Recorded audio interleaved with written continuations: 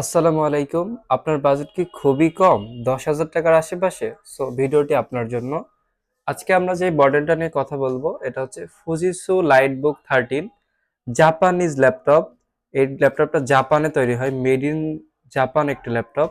এটার প্রসেসরটা নিয়ে যদি আমি কথা বলি, এটা হচ্ছে সেলোরনের 3850U প্রসেসর। এটার ক্লক স্পিড আছে 1.80 GHz। এটা আপ টু 4.60 পর্যন্ত টার্বো বুস্ট হয়।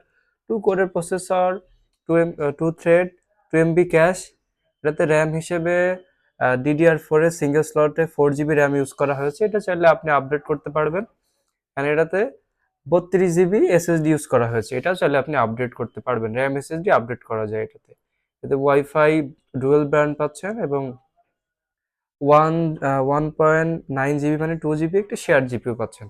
ল্যাপটপটা IPS ডিসপ্লে, 13.3 ইঞ্চি, খুবই হালকা, খুবই লাইট ওয়েট ল্যাপটপ। এটা 1 কেজিরও কম, 800 কত গ্রাম মেবি হবে।